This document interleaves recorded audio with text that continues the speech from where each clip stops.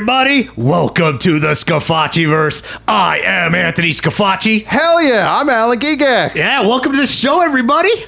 Agreed. Yeah, and I want to thank you all for coming back to the show. I want to tell you, follow us on Spotify. Yep. Right. Follow us on Instagram. Follow us on Reddit. And now YouTube. TikTok. Dude, okay, speaking of YouTube. Yeah. Guys, if you're not watching us on YouTube, you got to go today because what the fuck are you wearing? Oh, this? Oh, yeah. It's a shirt. It's a new shirt. Oh, it is. Yeah, it's a tan shirt. Look at that. You know what this is? This is a German police officer shirt. Oh my God, dude. Did you not listen to the intro? Yeah. Do you know what we do? Well, is it the bad Germans? No, it's the police. They're the good guys now. Oh, this is just regular German police. Yeah, this is like today. Modern day. This is not like the 1940s police. Okay. Isn't that the Gestapo? Yeah, I think you're right. Yeah, this is not the Gestapo. Okay, this is just regular police. This is like today, 2026 police. Yeah. I'll tell you, dude. Okay, so credit to Germany because now, like, Germany's nice and their police are probably they probably respect their citizens. They probably don't even carry guns. Yeah, they probably respect their citizens' civil rights a lot more than our police do.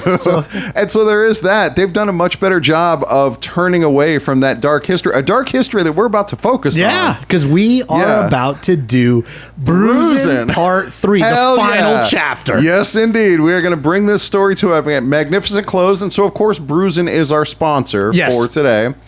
And so, by the way, if you have not checked out Breusen's Part 1 and 2, you absolutely should do that because there'll be a little recap, but it's worth listening to. Okay, before we even do this episode, I want to dedicate this episode to one of our listeners, Daniel Snyder. Oh, yeah, who never shuts the fuck up about wanting to get more Breusen. When am I going to get the next Breusen? Yeah, well, here it is. Yeah, this one's for you. And shut the fuck up is actually part of today's Just the Tip. Oh, good. So the episode is brought to us by Breusen. Obviously, they've covered the whole episode, and we're going to talk plenty about Breusen. So I'm just going to get into the tip, which is not long ago, I was at Costco, and I had my cranky pants on. Uh-oh. And you know, it happens sometimes. I'm usually not. Like, I wake up chipper. I don't have cranky pants. And so it was noticeable. Fucking cranky pants. Yeah. Does Alan had the poopy pants? Aw. So, like, somebody stops in front of me in the aisle, and I'm just like, that motherfucker, get the fuck out of the way. What is wrong with you? And I realized, thankfully, I have enough self-awareness that, people are just doing normal people things. You know, sure, people are idiots, but this is nothing special happening. It's me. Maybe this would have been a good time for you to like go to the bathroom and just crank one out, get the poison out. That might have been it. I might have had some poison built up. It'll do that to you. Yeah. So anyway, here's what I realized because you just put your card aside. I'll be back. Yeah. Keep an eye on this for me, will you? And I go into the back because I got to get that big old Costco chub pack of tissues. Like, dude, I'm gonna be going through some of these. There's a lot of poison. Yeah. So anyway, I realized, like, oh, dude, it's not these people. It's me. And so you know what I have to do? And this is the tip. I have to shut the fuck up. Yeah. Do not say anything to anybody. Do not go off on any, because Lord knows I had things I wanted to say to these people, but that takes my misery, my poopy pants, and fills their pants with it, and they don't deserve that. So when you're cranky, dude, I tell this to my wife, who, like, when she's not feeling well and she'll be all cranky, hey, what's better? Having one person feeling shitty or having two people feeling shitty? Yes. You know, maybe you keep the shitty to yourself and don't try to spread it around. Yes. Now, me and my wife get along great, but she, to her credit, that makes sense to her. There's plenty of people out there that does not make sense to. They would much rather have two people miserable instead of one person being miserable. And that doesn't fucking help anybody. This is turning into a rant. This is turning into a skating impulse. Yeah. So anyway, pro tip to the listener and the viewer looking at his German shirt: shut the fuck up. Yeah, it helps. Yeah, keep the misery to yourself. Yeah, suffer in silence. That's right. Be a man. Yeah, do those videos. Not to promote someone else. Yeah, but we'll promote somebody else. Most of our listeners, it's probably right in that same algorithm. They've probably all seen them. But dude, these Be a Man reels on Instagram and YouTube, so good. Whatever, they're so fucking good. All right. One of my favorite ones was Don't let anybody else ruin your day. Ruin your own day. Be a man. That's good shit. Stuff. Yeah. All right. Are we about to get ready? We are. Let's get to it. Okay, so a few months ago, Yeah. we were invited up into Idaho. Moscow, Idaho, yeah. Moscow, Idaho, to the Breusen Brewery. Right. They became one of our sponsors, and they said, hey, you guys are close by. Why don't you come up and visit and tour the brewery? It wasn't that close enough that we could get there. Yeah, and so we drove up there. For a weekend at a brewery and free beer. Yeah, why not? Close enough for that. Yeah, so we drove up there, and we were up there, and the Breusen family... Yeah. They talked about their brewery and where it started. And we've been telling the story. You guys have heard 2 episodes of it now. Right. And so now we're going to close it out with how they told us the story, because we think you guys should hear it. Dude, I mean, the places that this story went, it's amazing. And to think that it all wound up in Moscow, Idaho. So where we left off, the last episode, Anton Beck, the German soldier, the now defected Nazi soldier, he's on the trail of the Breusens. And for him, they're not, like, they had been thrown together kind of by just circumstance. Yeah. But now it's not just luck. Anton is actively searching for the Breusens, trying to bring them together. And he feels this bond to them because, from Poznan to Rotterdam, now to France, that he feels like their fates have been intertwined, like they've been bitten by the same snake. But it's just luck. Yeah, bad luck. Yeah, bad luck, right. Yeah. That's an important distinction. Yeah, yes, it is bad luck. Apparently luck comes in more than one flavor. Yeah, not for them. Well, yeah. There's a mix, but dude, they're bad luck. Like they have the highs and they have the lows, and their lows are pretty low. I mean, to go back to episode 1, Stanislaw Fushkesh, or Stanislaw the fucker, getting the mother yeast, that was an incredible stroke of good luck that's still paying dividends for the family to this day. Sure, yeah. But then, getting shot in the head by a Nazi lieutenant. You might call that bad luck. You might call that bad luck. Yeah. So, all right. So anyway, let's just do a real quick summary of events. So since Poznan, right, Anton is in this troop of German soldiers. They set up shop at this brewery in Poznan, which is where the Breusens are working. And from there, they kill, like we just said, they killed Stanislaw, right? The father. The Breusens take off. They flee to the Netherlands. And then the war goes immediately to the Netherlands, and that's where Anton is sent. Yep. And then they end up in France. Yeah. So in the Netherlands, Anton finds their beer, drinks the beer, is again connected to the family. And then the war is there. And so the family flees to France. Yeah, where Karen... Yeah. You're right, where Karen gets killed. Karen gets killed in France. I can't say that I miss her. Yeah. Yep. And then Anton defects, and he defects to France and winds up defecting to the same area of France. So they're thrown together again, and now they're in Morocco. Yeah, which is in Africa. It is, yes, in North Africa, in a godforsaken desert in North Africa. And he's there not because he wants beer per se, but because he wants to make things right with the Breusen family, to this traumatic thing that happened to him, seeing the patriarch of the family get killed, this nice old man, it fucked with him. And at this point, he feels like if he can find them and reconnect with them, that he can kind of bring that peace to the world and to his own life. All right, so we get to North Africa. And the Breusens have arrived there. They come in very different conditions because the Breusens have a little bit of money. They got the money, from... They're used to traveling now. Yeah, they're right. They know how to store the mother yeast so that it's, doesn't spoil or anything. And so they get there and they're able to set up and pretty much just pick right up again. But Anton is another story. He was a farmhand in France, wasn't exactly bringing in the shekels. No. And so he is dead broke, and he is like truly a refugee. Yeah. So he's got to find a job so that he can live while he searches for the Breusens, because he believes that they're in North Africa. Sure. And he's right. They are. So he's got this job, and let's see.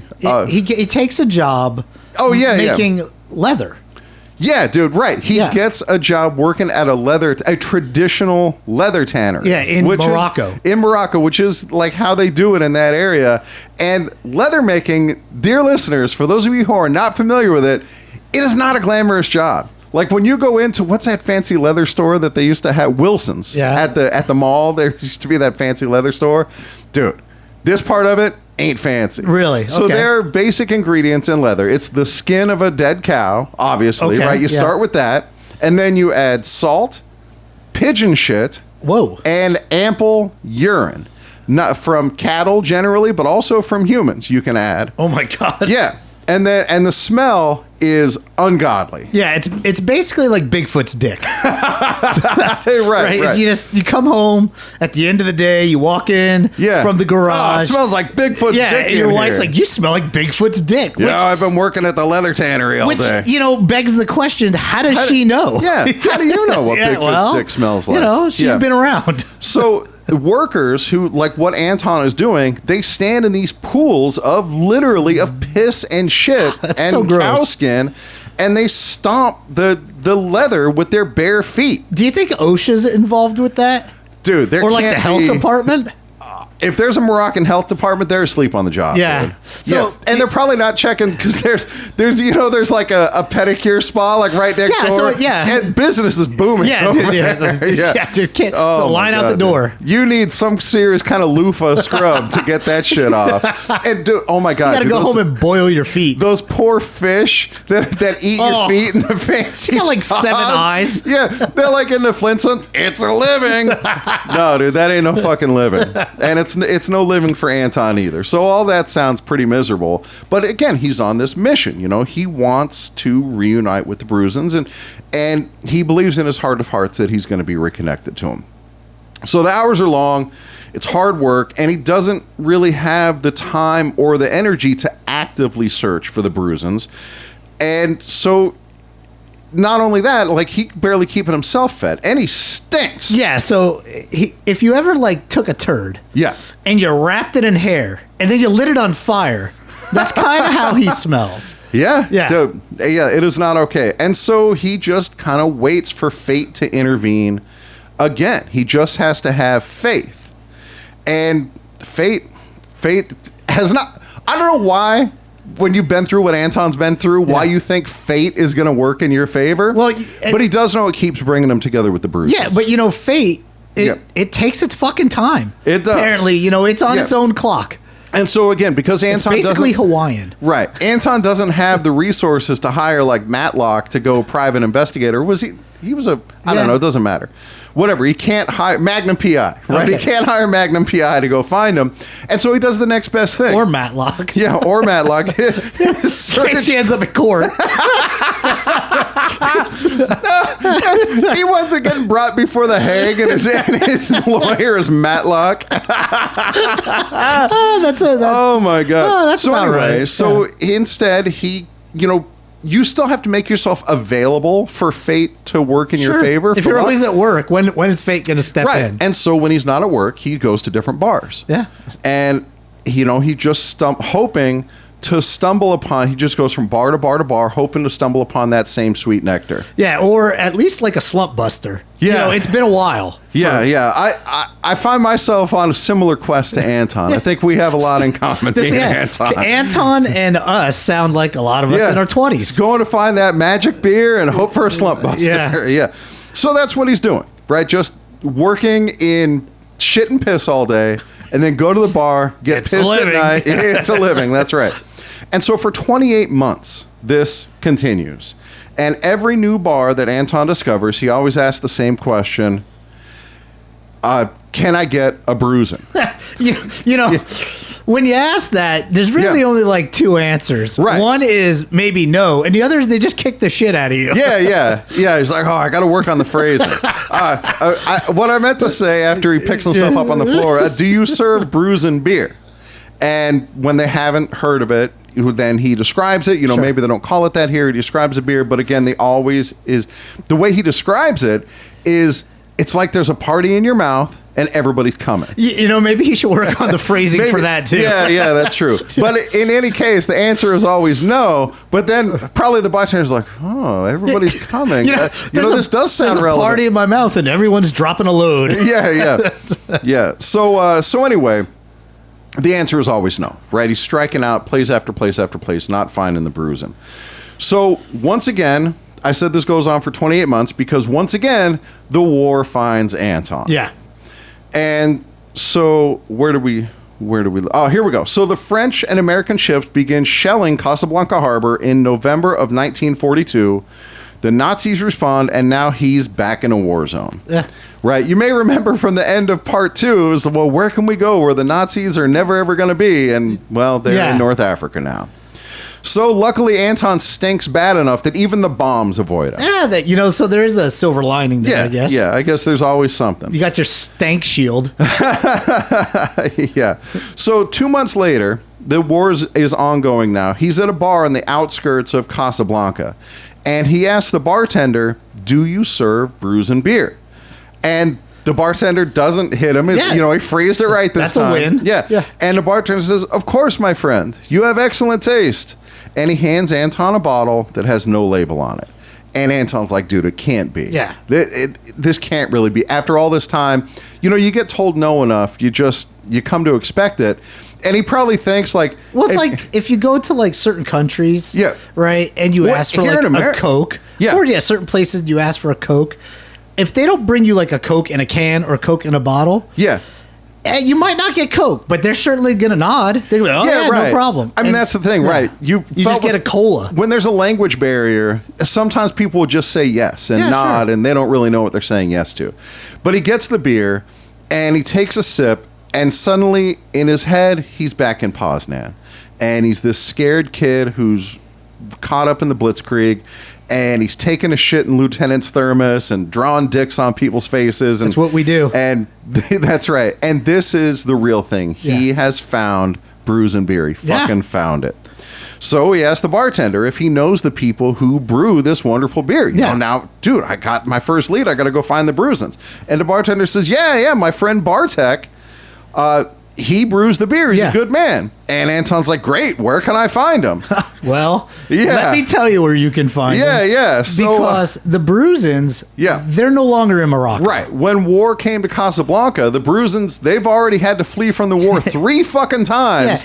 They were quick to get out of Dodge. Screw you guys, I'm going home. That's right. They have a little bit of money, and so they are immediately going to flee. And so, Anton wants to know, where did they go? Where would you go if you never wanted to see Nazis again? So I think we both know the answer. Well, hold on now, because the bartender says, they're running from the Nazis. You're not a Nazi, are you? No. And oh, no, not as far as you know. And so the bartender says, well, they had to go somewhere exactly like you're saying. Yeah. Well, I know because you've heard the story, too. That where there will absolutely be no Nazis, somewhere all the way on the other side of the world, somewhere no Nazi would ever think to go. And Anton knows right away where they're going. They're going to go to Argentina. Now, for some of you who do not know, maybe not you're a history buff. Right? But believe it or not, Nazis fleeing at the end of the war, fleeing their war crimes, fled to Argentina. Yes, they did.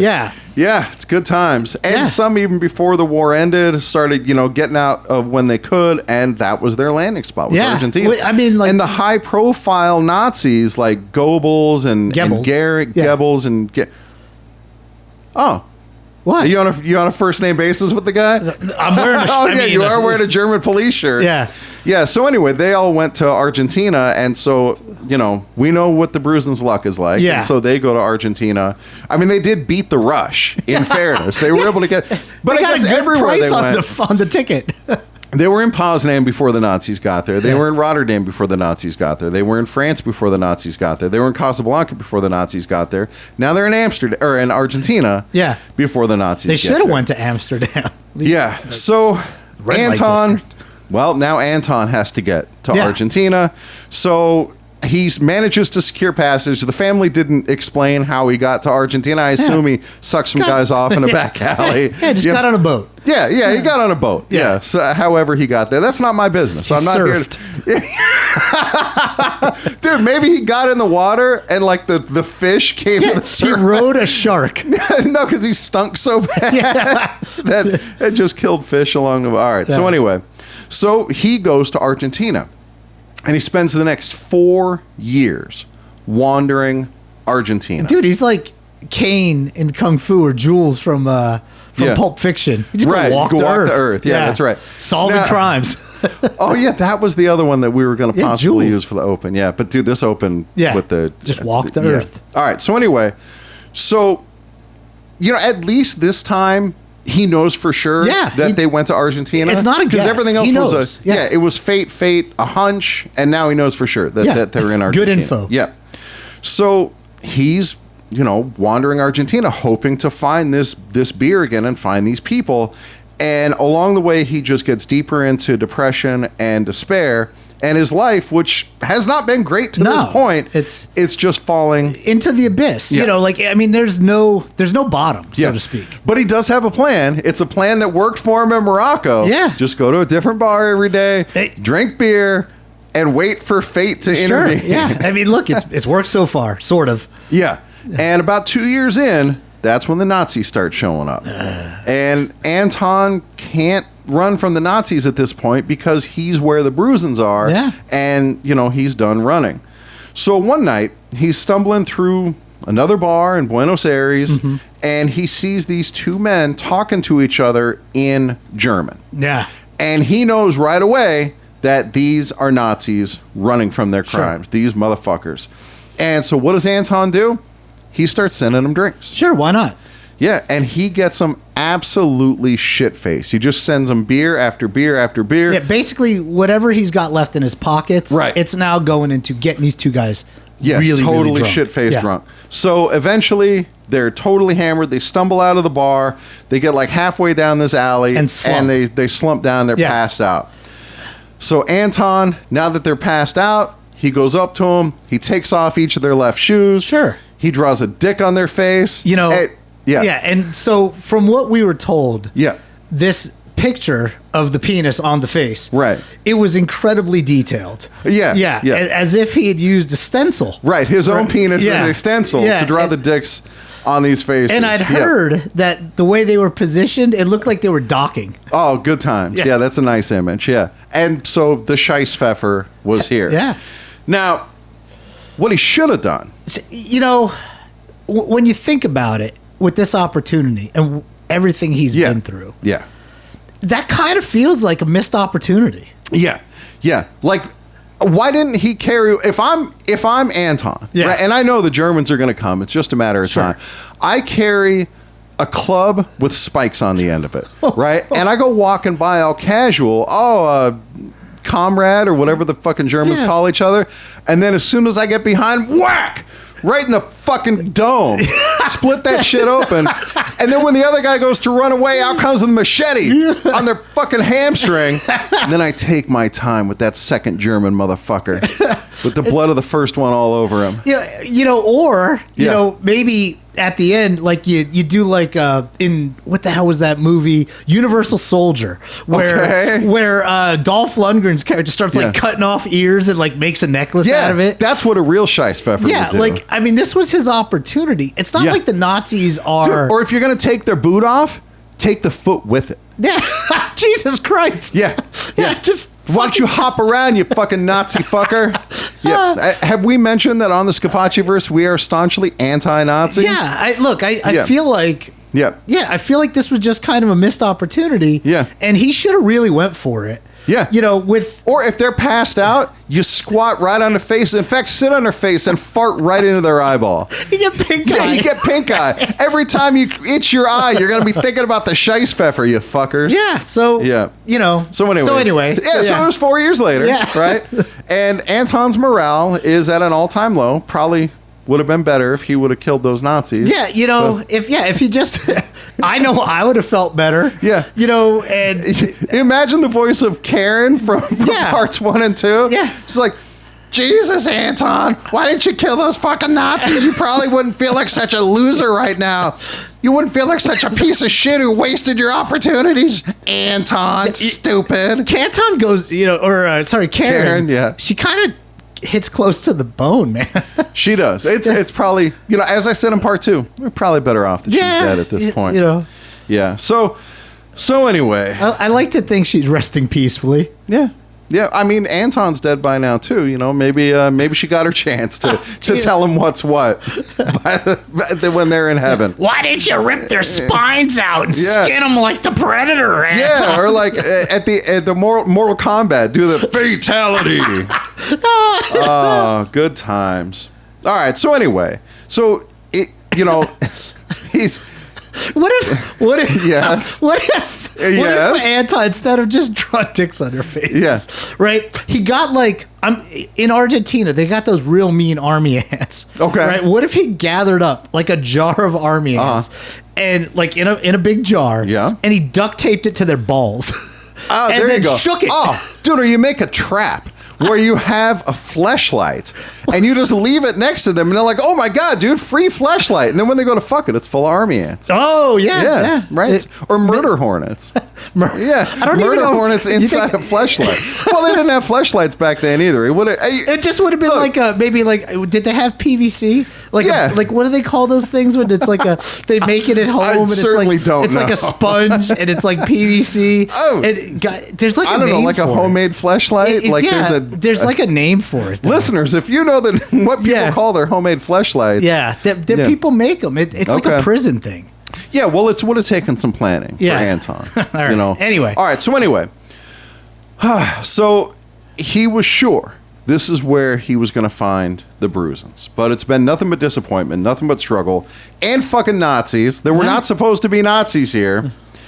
And no Breusen. So every bar, Anton's depression finds a new low at the bottom of every bottle. And none of those bottles are Breusen. Yep. Then, April 7th, 1946. Sounds like a big day. Yeah. There's a reason we know this date. Yeah. It's 8 a.m. Anton is already drunk. Maybe still drunk. Yeah, it's hard to tell when you're, on a long... Living in the bottle. Yeah, when you're living in the bottle like he's doing. And everything comes to a head on this day. He is in an alleyway, and he is slumped against the wall. Yep. And sadly for him, there is no CoachBot 3000 in this alley. Bleep, bloop. Bleep, bloop. How about a Texas Twister? Homemade, what the fuck? What? Oh, homemade fleshlight? Guaranteed, no murder hornets. Bleep, blop. Yeah, so no CoachBot 3000 or Fleshbot, as it was at the time. And he drifts into unconsciousness. And hours later, Anton doesn't know how long it's been, but we know because we were told the story that it's just later that day. Yeah. He awakens, and he's somewhere different. And it feels different. Sure, it's not the street. It's not the street, right. He's been sleeping in the street. Now he has a cushion under him. He has a pillow. And there's silence except for the throbbing inside of his own head. And through that pain, he hears something that's familiar to him. Sure, he hears a Polish accent. That is correct. And the Polish accent, I can't do a Polish accent. Yeah. He's alive. Give him some water. Yeah. And Anton's like, oh, where am I? And it's, of course, Bartek. Yeah. Bartek Breusen. Who dragged him into out of the alleyway. Yeah, and Bartek tells him he's safe and like, hey, we found you in the alley in a pool of your own vomit. And I'm sure Anton's like, oh, somebody else must have puked on me. Those bastards. Yeah. It's probably some Nazis. Yeah. And Bartek's like, oh, yeah, I'm sure. They probably are the ones who shit into your pants, too. Yeah, that couldn't have been you. And so... That's so gross. Hey, you know, when you pass out like that, people will prank you. Right? I've had that. Pants. Yeah, I've had that where I passed out drunk and somebody peed into my pants. Like, dude, it's rude. Yeah, it is rude. Yeah. All right. So anyway, Anton thinks he's died and gone to heaven, but no, he hasn't. He's gone to a kitchen. Yeah, right. Bartek's like, yeah, you're in my kitchen, and Anton seizes on the accent. You know, it's again this brings up these memories, and he asks, "Where in Poland are you from?" And Bartek says he's from Poznan, and Anton's like, "Dude, I know Poznan. Yeah, dude.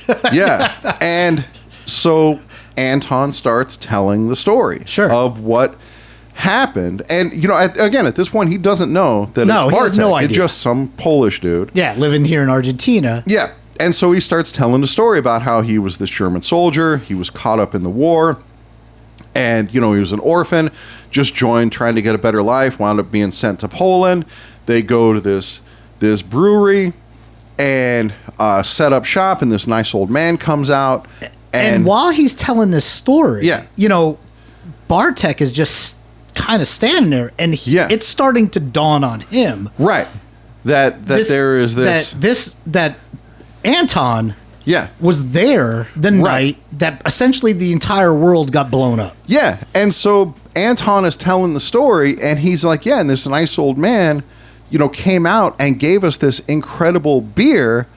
Do you know him? Do you know this family? Yeah. And at that point, Bartek, you know, he's just eyes are welling up. Yeah. He doesn't say anything. He just leans forward. And he just hugs Anton. Yeah. Just grabs him and hugs him. Yeah. Like, in this way that they've effectively trauma bonded. Yeah. And it's a real deep hug. Right. Like an almost gay one. Yeah, no homo. Yeah. Maybe a little bit of homo. Yeah, maybe just they did touch tips. Yeah. Yeah. But it's that level of, it's not just a bro so hug. this... Right, and there's still, like, Bartek's not really saying anything, but that connection, that warmth, Anton starts to open up more, and he talks about after that night. Yeah, what happened after that. When he got utterly wasted on this incredible beer, and then, you know, shit in the dressed a goat in a German uniform, and shit in the lieutenant's canteen, and took off everybody's boot. And drew a dick on the face of every soldier, including himself. And Bartek, his eyes get wide, and he's like, "You're the Scheisspfeffer?" Mm-hmm. And Anton has never admitted it before to anybody else. Yeah, no, admitting it might have been death. Right. So, he's been running from the Scheisspfeffer legend through parts 1 and 2. After this not so gay hug. Right. Yeah. You know, he understands it. Maybe if I admit to it, I can get some head. Maybe that he's safe. You know that this is not the enemy. Right, the ghosts that have been following him. Yeah, they don't have that power over him anymore. And then, you know, when Anton confirms, I'm the Scheisspfeffer, and then Bartek is like, dude, are you the one who cut off the left foot of those 2 German soldiers? Those 2 Nazi refugees? Yeah, no, I just drew dicks on their faces. Yeah, that must have been some other Scheisspfeffer. So that's it. That's that is the story of Breusen. Yeah, you know, after all that. Yeah, you know, and eventually Anton became part of the family. Yeah, eventually, obviously, he ends up going to Moscow, Idaho. Right. And they essentially became partners in this brewery. Yeah, in the brewery, right. You They're the founders of Breusen America. He was essentially another member of their family through all this strife, all this war, all this killing, and, you know, thousands of miles of travel under excruciatingly bad circumstances where kind of no matter what, there were no Nazis. And of course, you know, there's no Nazis in Moscow, Idaho. No. Yeah. No, and dude, in true to form, right? Because that's kind of where the whole thing culminated is like, if there's one state in the United States that is associated with Nazis, it's Idaho. Yeah. Yeah, they cannot fuck. And I blame the Breusen. Yeah. The Nazis, neo-Nazis could have set up anywhere. Yeah. Like, but no. You know, maybe like Kentucky. You know, probably like, I don't know what year, like, because I know they were here for a little while before the brewery was founded. You know, they had to get their feet settled under them or whatever. But let's say they got here in like 1957. Sure. Probably the first neo-Nazi chapter in Idaho opened up in like 1957 and a half. Yeah, exactly. Yeah, right next door. Right. Like, God damn it. It's in the same strip mall. They have rebranded themselves since as white nationalists, but the Scafacci-verse knows a fucking Nazi when you see one. Yeah, so, and you know, so there you go, right? The entire Breusen saga, as told to us and now told to you, and what an amazing story. And you know, it's really obviously we make kind of fun of it, some jokes here and there, try to make it a little bit more, because it's a pretty dark-ass story. One of the names for Breusen, one of their taglines is the beer of world peace. Sure, yeah. And it brought together this Polish family with this Nazi soldier. Yeah. I mean, in a loving but not quite gay embrace at the end of the story. Yeah. And dude, if Breusen beer can do that. Yes, they can do a lot of things. Maybe it can get your son to start talking to you again. Yeah. So, I know the entire episode is sponsored by Breusen. Yeah. And we are pretty much nearing the end of the episode. Yeah. And so, would you like to read the full Breusen ad copy? Yeah, I want to read the ad copy that started it all. Yeah. That, when we first got this ad copy, we read it on the air, it already sounded interesting. And that was like, dude, you come to the brewery, hear the whole story. And the main draw was come to the brewery. Yeah. But hearing the rest of the story that fills out this one paragraph, dude, it's something. It's kind of like Rogue One. Yeah, right, exactly. Oh, I want to get your opinion. We're going to side quest for just a sec. We got time. So I have a coworker who is a big nerd, and he's one of those like real critical nerds. Like no thing is cool enough. Like, this is not the way they should have made that movie. This is the way they should have done it. How many movies has that guy made? Right. Zero. And so I tell him, like, dude, when I was out with my kidney cancer, I watched Rogue One and I really enjoyed it. And he just shit all over it. And fuck that guy. Because he said that Princess Leia got shortchanged in the movie because, like, all these other people did all the work. And then at the end, they just hand the plans to Princess Leia. And, like, she didn't get any credit for being this hero. Like, she didn't do anything. Well, I mean, she did do stuff. It's just not in that movie. Yeah, that's what I said. And dude, this dude honestly go fuck himself. Yeah. Rogue One is... Dude, it's really good. Is probably no worse than the third piece or best Star Wars media ever made. The Andor... Oh, that series so fucking good, dude. Yeah, Andor's really good. Yeah, the depth and the tragedy and the moral ambiguity. It's the most well-written Star Wars content there is. It is deep. Yeah. Yeah, it's so good. Yeah. Sometimes I want to rewatch it. It's that good. Yeah, it's way good. It's a great way. Hey, listeners, if you ever have a kidney cancer and then you're sitting at home in the recovery, it's a great way to pass the recovery. As soon as you finish all 100 and however many episodes of the Scaffachiverse, watch some Rogue One and Andor. Yeah, it'll cure your cancer. It cured mine. All right, so do we have... Okay, the Breusen. Yeah. The Breusen family began brewing beer in their home in Poland in 1923. Over the next 15 years, they refined their recipe, refined their process, sourced the highest quality ingredients, and finally hit upon a beer that was worthy of the name Breusen. But in 1939, Poland was not a great place to be. When the Germans invaded, the family patriarch Stanislaw hoped to save his village by giving a Breusen to a German lieutenant.